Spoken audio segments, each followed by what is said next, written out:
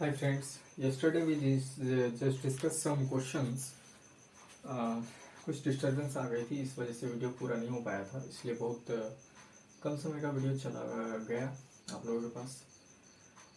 आज हम लोग फिर कुछ नए कॉन्सेप्ट या फिर उसी कॉन्सेप्ट पे ही बात करेंगे और कुछ नया कॉन्सेप्ट भी होगा। चलिए उसको देखें। आज क्वेश्चन क्या है? फर्स्ट क्वेश्चन है कि if the direction ratios of two perpendicular line, क्या है? कल हम लोग जो डिस्कस किए थे वो पैरेलल लाइन था, और पैरेलल लाइन में हम लोग क्या डिस्कस किए थे कि पैरेलल लाइन का डायरेक्शन रेशियोज अगर गिवन है तो उस दोनों के बीच का रिलेशन क्या होता है कि अगर लाइन A1 का है A1x, suppose line B2x A1x plus B2y plus C1 is equal to 0, B1y plus C1 is equal to 0, और दूसरा लाइन है A2x plus B2y plus C2 is equal to 0। Then इनके बीच का डायरेक्शन रेशियो अगर parallel है, ये parallel है तो पैरेलल होंगे तो इनके डायरेक्शन रेशियोज का कॉन्सेप्ट था A1 by A2 B1 by B2 is equal to C1 by C2। अगर ये परपेंडिकुलर हो तो इनका रिलेशन होता है A1 A2 plus B1 B2 plus C1 C2 is equal to 0. And today we have to talk about this concept. Yesterday we discussed this one, and today we discussed this one. तो यहाँ क्या है? दो perpendicular line है जिसका direction ratio, एक का direction ratio क्या दे रखा है 2 3 5 और दूसरे का XY 4। Then we have to find the value of 2x plus 3y, यानी 2x प्लस 3y का हमें वैल्यू निकालना है। चलिए A1 लाइन है तो 2, ठीक है,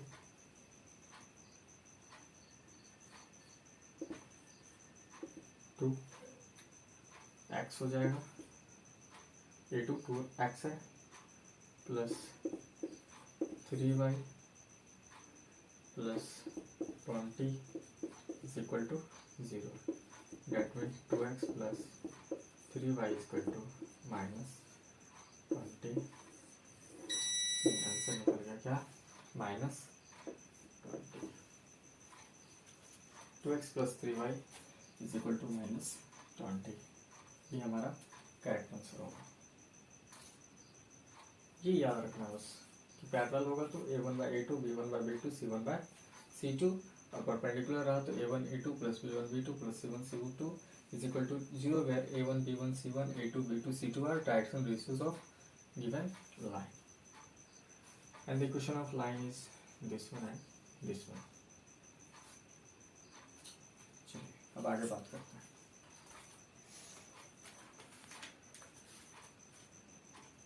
आगे हमारा मैग्नीट्यूड निकालना है इस वेक्टर का। क्या करना है? इस वेक्टर का मैग्नीट्यूड निकालना है। क्या है? Magnitude of vector 3i minus 4j minus 5k।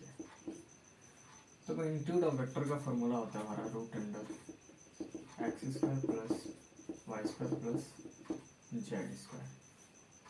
X का वैल्यू क्या है? 3 का स्क्वायर प्लस 4 प्लस माइनस 4 का होल स्क्वायर फिर प्लस माइनस 5 का होल स्क्वायर। ओवरऑल आंसर क्या आ जाएगा हमारा? 3 का square that is 9 plus 16 plus 25 that is 25 plus 25 that is root 50, and the final answer is 5 root 2। 5 root 2 is final answer। चलिए फटाक से आप लोग छाप लें।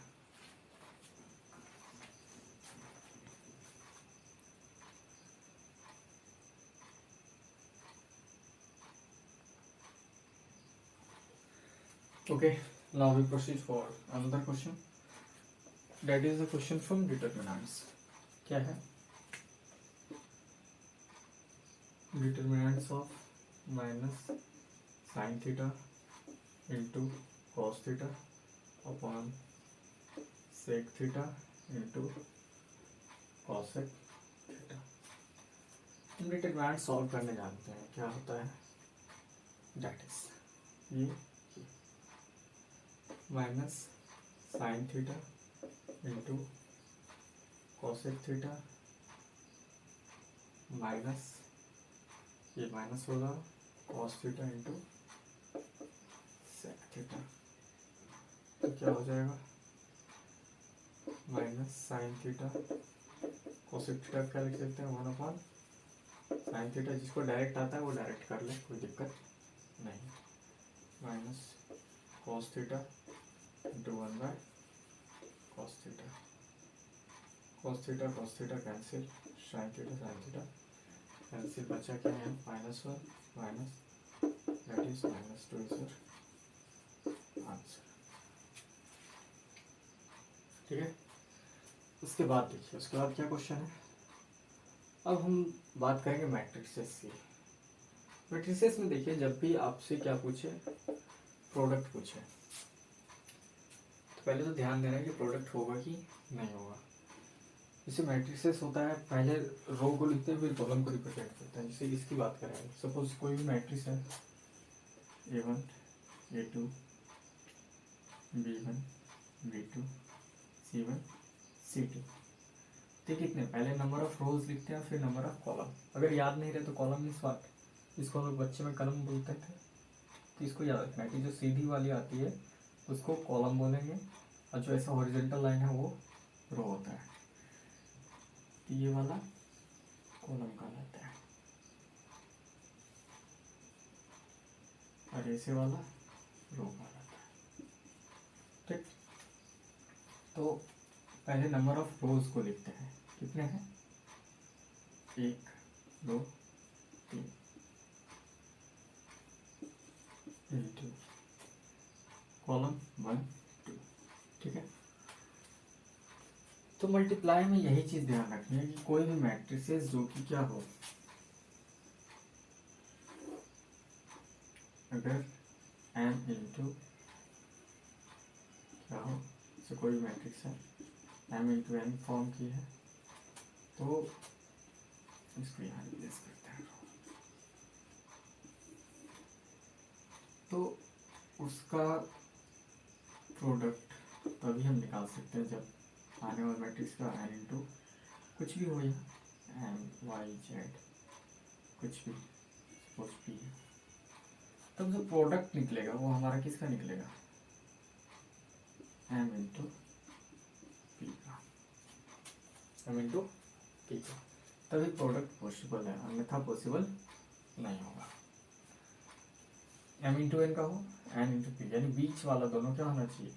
सेम होना चाहिए. अगर m इंटू n है तो इसका n इंटू p है, डेट मीन्स ये दोनों सेम रहना चाहिए. फिर जो प्रोडक्ट आता है m into p repeat. Number of रोज उसमें कितने रहते हैं? m. और नंबर ऑफ कॉलम्स कितने रहते हैं? p. Is it clear? अब यहाँ देखिए 6 5 है, 1 माइनस 1 है. ये क्वेश्चन बहुत ईजी है. क्वेश्चन बहुत ईजी है. क्या है? 6 5. ये बताने का मकसद बस यही रहा ताकि आप लोग पहचान कर सकें कि इसका प्रोडक्ट क्या होगा. या ऑब्जेक्टिव में क्या होता है ना कि दिया रहेगा, तो हो सकता है कि आपको डायरेक्ट देखने से पता चल जाए, प्रोडक्ट निकालना भी ना पड़े. 6 5 1 माइनस 1. इसका इससे, इसका इससे. इसका देखिए कितना है? 1 इंटू 2 का. ये कितना है? 2 इंटू 1 का. तो जो रिजल्टेंट आएगा वो कितने का आएगा? 1 इंटू 1 का. तो एक चीज़ तो कंफर्म हो गया कि 1 इंटू 1 का आएगा. तो अगर ऑप्शन में कुछ इस तरह का नहीं है तो वो तो पहले ही गलत हो जाएगा. अब बाद बाकी सॉल्व करके भी आप देख सकते हैं क्या हो जाएगा. 6 इंटू 1 ठीक। फिर माइनस 5 इंटू -1 क्या हो जाएगा 6, सॉरी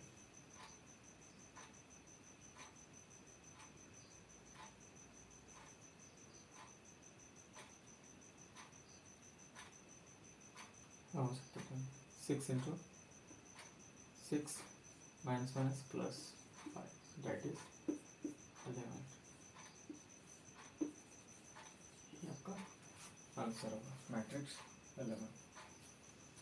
आप समझ में?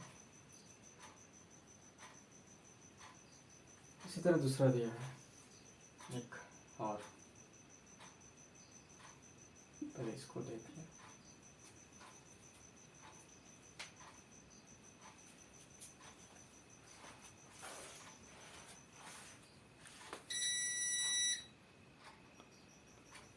पंख होती तो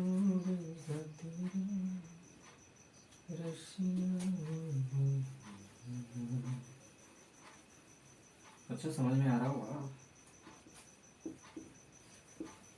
चलिए इसी तरह धीरे धीरे हम लोग समझते चले सारी बातों को। जिस मकसद से जोड़ पा रहे हैं हम लोग उस मकसद को पूरा करना ही हमारा काम है और कोशिश करेंगे हम पूरा कर पाए, आप और हम दोनों मिलकर। आप और हम दोनों मिलकर। ये एक्चुअली सर्कल इसलिए कर रहा हूँ क्योंकि लाइट की फोकस आ रही है तो डिस्टर्बेंस होगा। चलिए अगला कॉन्सेप्ट क्या है? 5 नंबर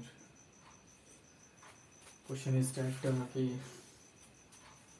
मैट्रिक्स क्या है -1 है और क्या है 1 -1। बड़े आसानी से हो जाएगा। ये 1:1 का है, ये 1:2 का है, यानी आंसर क्या आने वाला है भाई 1:2 का।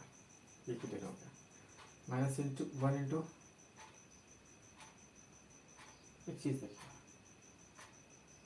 -1 इंटू 1 फिर प्लस -1 इंटू -1 तो क्या हो जाएगा -1 प्लस 1 दैट इज 0।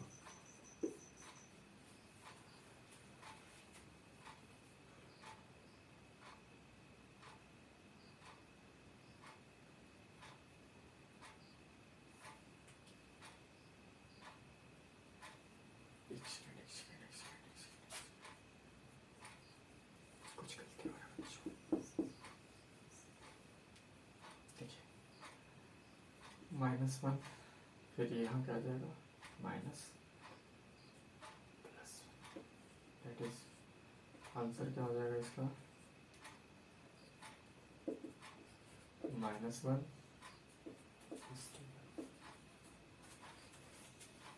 ठीक है, ये पहले इससे मल्टीप्लाई होगा फिर ये इससे मल्टीप्लाई होगा। क्या आंसर क्या आना है 1:2। छठा नंबर एक वेक्टर का कॉन्सेप्ट है जो कि हम लोग डिस्कस कर चुके हैं ऑटोमेटिक। क्या है 2 वेक्टर i -3 वेक्टर j फिर j प्लस वेक्टर k। तो क्या डॉट प्रोडक्ट है। डॉट प्रोडक्ट में क्या बताया था कि सेम वाला 1 हो जाता है और डिफरेंट वाला 0 हो जाता है। देखिए 2i सीधे लिख दीजिए 0, फिर इसको इससे लीजिए सीधे लिख दीजिए 0, फिर इसको इससे लीजिए -3 इंटू 1, फिर इसको इससे लीजिए सीधे लिख दीजिए 0, यानी क्या आ गया आंसर -3। 2ij था, ij डिफरेंट है यानी 0 होगा। फिर ik था डिफरेंट है 0 होगा। -3 j और यहाँ से है तो -3 j इंटू से 1 प्लस i j और k क्या है डिफरेंट है इसलिए -3 आंसर। ठीक है। या कीजिए, उसके बाद फिर आगे डिस्कस करते हैं कुछ क्वेश्चन।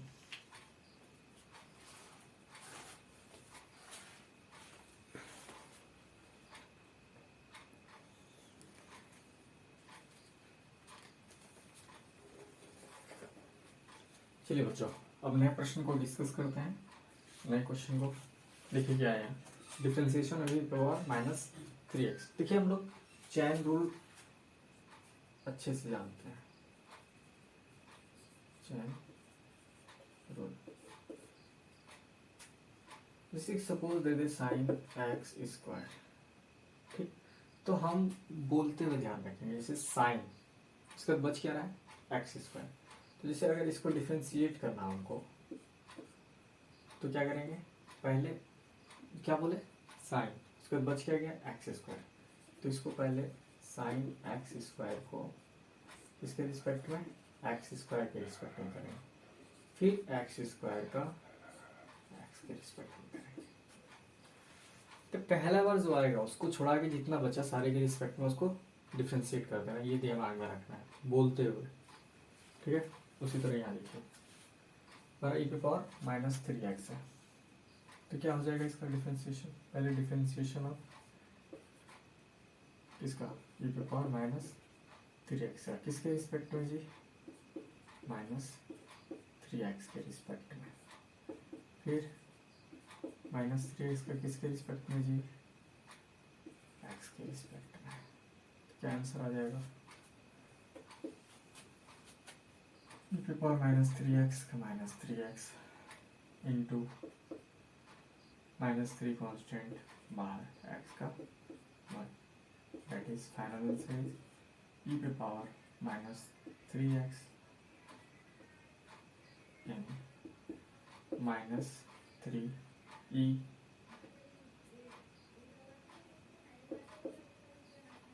-3 e पे power -3x is final answer. ये कॉन्सेप्ट किस पे है हमारा, याद कीजिए, e पे power x, differentiation of e पे पावर x हम पढ़ाए थे, क्या था, जो हम लोग log दोनों साइड लेते थे, e पे पावर x log e हो जाता था, ठीक है, e पे पावर x log e हो जाता था। e पे पावर x मतलब 11 पावर x log 11 क्या हो जाएगा, इसका आंसर हो जाएगा।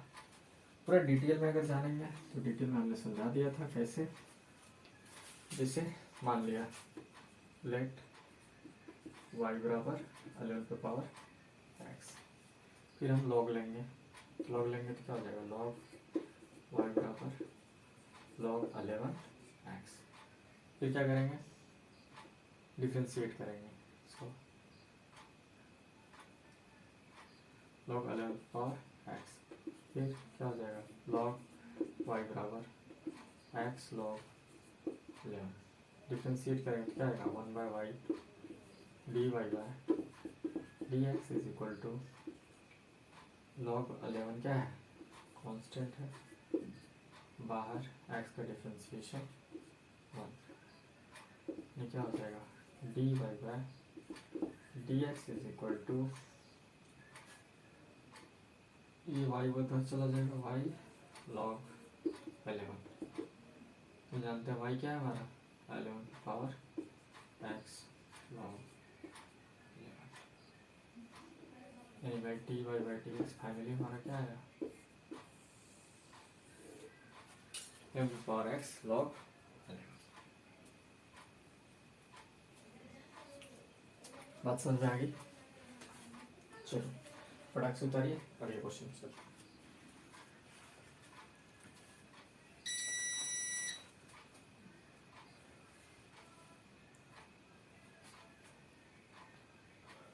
चलिए बच्चों, टेंशन नहीं लेना है, अगला क्लास जो हम रखेंगे ना, वो एक दिन एक कॉन्सेप्ट पे रखेंगे, यानी चैन रूल जैसे कॉन्सेप्ट है, तो एक दिन सारा क्लास चैन रूल का ही रखेंगे, किसी दिन सारा क्लास हम इनवर्स ट्रिग्नोमेट्रिक फंक्शन पे रखेंगे, जिसमें जो इम्पोर्टेंट कॉन्सेप्ट होगा वो आपका डिस्कस करवाया जाएगा, क्योंकि ये सब चैप्टर ना ऑब्जेक्टिव के लिए बहुत इम्पोर्टेंट है।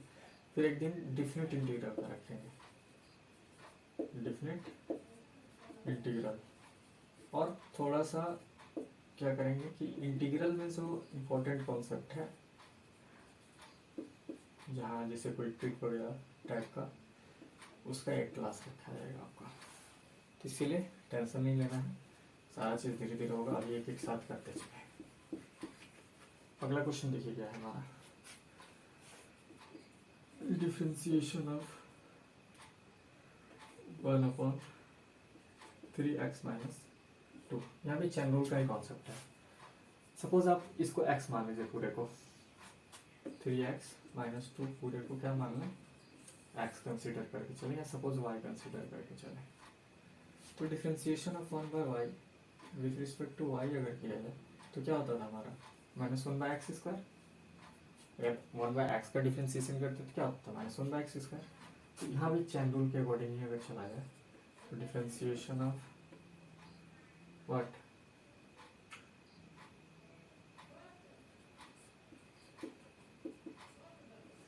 -2,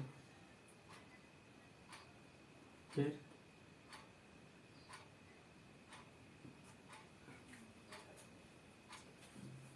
एक सेकेंड देखिए, differentiation of 1/3x - 2 with respect to what,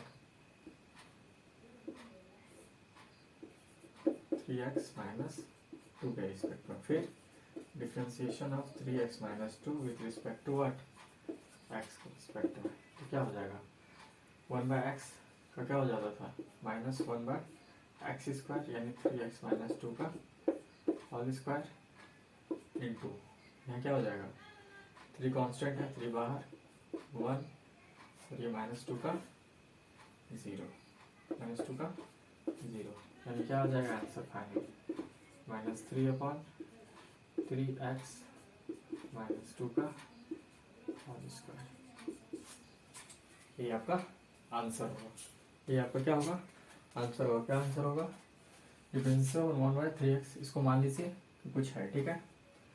तो differentiation of 1/3x - 2 with respect to 3x - 2, फिर 3x - 2 का x के रिस्पेक्ट में। ठीक क्या हो गया, -1/x² इंटू 3। या इस तरह का नहीं समझ पा रहे हैं तो इसको इस तरह का भी कर सकते हैं आप। क्या लिख सकते हैं, डिफरेंशिएशन ऑफ 3x - 2 के पावर -1, ये करके भी कर सकते हैं। तो फिर क्या हो जाएगा, इसका डिफरेंशिएशन ऑफ 3x - 2 के power -1 with respect to 3x - 2, फिर 3x - 2 का x के रिस्पेक्ट में। फिर वही चीज़ हुआ, क्या हो जाएगा, -1, फिर -3x - 2, इस पर क्या हो जाएगा, डिफरेंशिएशन पावर क्या होता है, घटता है, तो -2 हो जाएगा, इंटू ये क्या हो जाएगा, 3 × 1 -0, यानी -1/3x - 2 का होल स्क्वायर इंटू 3, यानी फाइनल आंसर यहाँ पे क्या आ जाएगा आपका, -3/3x - 2 का होल स्क्वायर। एक ही मेथड है, या एक मेथड और क्या हो सकता है, यू बाई वी का फॉर्मूला लगा दो, उसमें भी हो जाएगा। चलिए फटाक से तोड़ लीजिए, अगले क्वेश्चन पर बात करते हैं।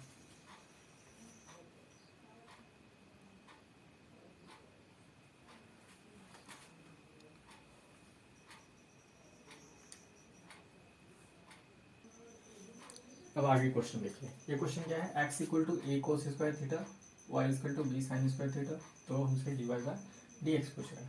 अब एक चीज़ देखिए आप, दिया हुआ x, लेकिन जो हमारा फंक्शन है वो किसके रिस्पेक्ट में, थीटा के रिस्पेक्ट में। दिया हुआ y बट किसके रिस्पेक्ट में, थीटा के रिस्पेक्ट में।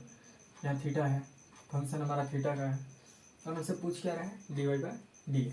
तो जिस चीज़ का फंक्शन होगा ना उसी के रिस्पेक्ट में हम लोग क्या करते हैं, बारी बारी से उसको डिफ्रेंशिएट कर दें। इसको मान लेते हैं 1, इसको मान लेते हैं 2, डिफ्रेंशिएटिंग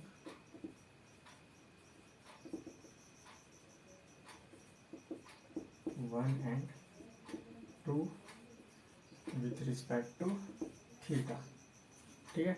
तो क्या हो जाएगा D X by D theta is equal to, ये कांस्टेंट है बाहर कॉस स्क्वायर थीटा का, पहले क्या हो जाएगा 2 कॉस थीटा और फिर कॉस थीटा का माइनस साइन थीटा, ठीक है। उसी तरह फिर D Y by D theta का निकल जाएगा हमारा, D Y by D theta क्या निकलेगा, ये हमारा कांस्टेंट है बाहर रहेगा, साइन स्क्वायर थीटा का क्या हो जाएगा पहले 2 साइन थीटा और फिर साइन थीटा का क्या हो जाएगा कॉस थीटा। तो इस तरीके से अगर देखा जाए हमारा तो क्या निकल गया D X by D theta और D Y by D theta हमारा निकल गया। तो क्या करते हैं D Y by D theta upon D X by D theta.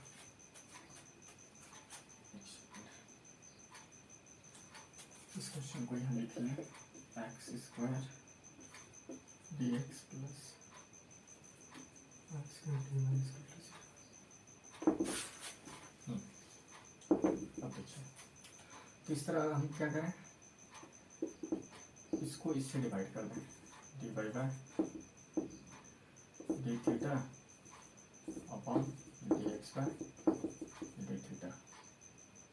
तो क्या हो जाएगा, क्या निकला इसका value two B sine theta into cos theta upon 2a sine theta into cos theta, यहाँ नेगेटिव आएगा 2 cancel, sine theta into cos theta, sine theta into cos theta, अब ये डी थीटा तो बचा क्या हमारा D Y by D theta is equal to minus B bye, बात clear हुआ। तो जिसका फंक्शन होगा उसी के रिस्पेक्ट पे हम डिफ्रेंशिएट करेंगे। क्या यहाँ याद रखना है, जिसका फंक्शन होगा उसके रिस्पेक्ट में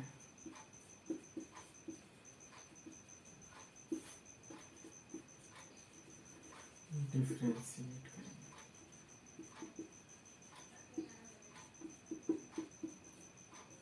ठीक है, इसको याद रखना है। अब आगे चलते हैं, X square D X Y square D Y equal to 0, इसका हमसे क्या पूछ रहा है, सॉल्यूशन पूछ रहा है। तो इसका सॉल्यूशन क्या होगा, देखिए integration, integrating both side,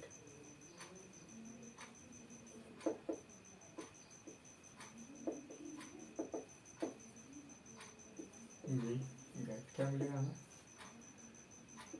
x square D X plus Y square D Y is equal to equation of 0।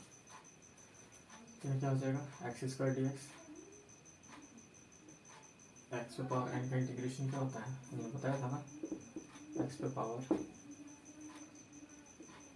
N का इंटीग्रेशन एक्स पे power N plus 1 upon N plus 1 plus C. इसी तरह यहाँ हो जाएगा क्या हो जाएगा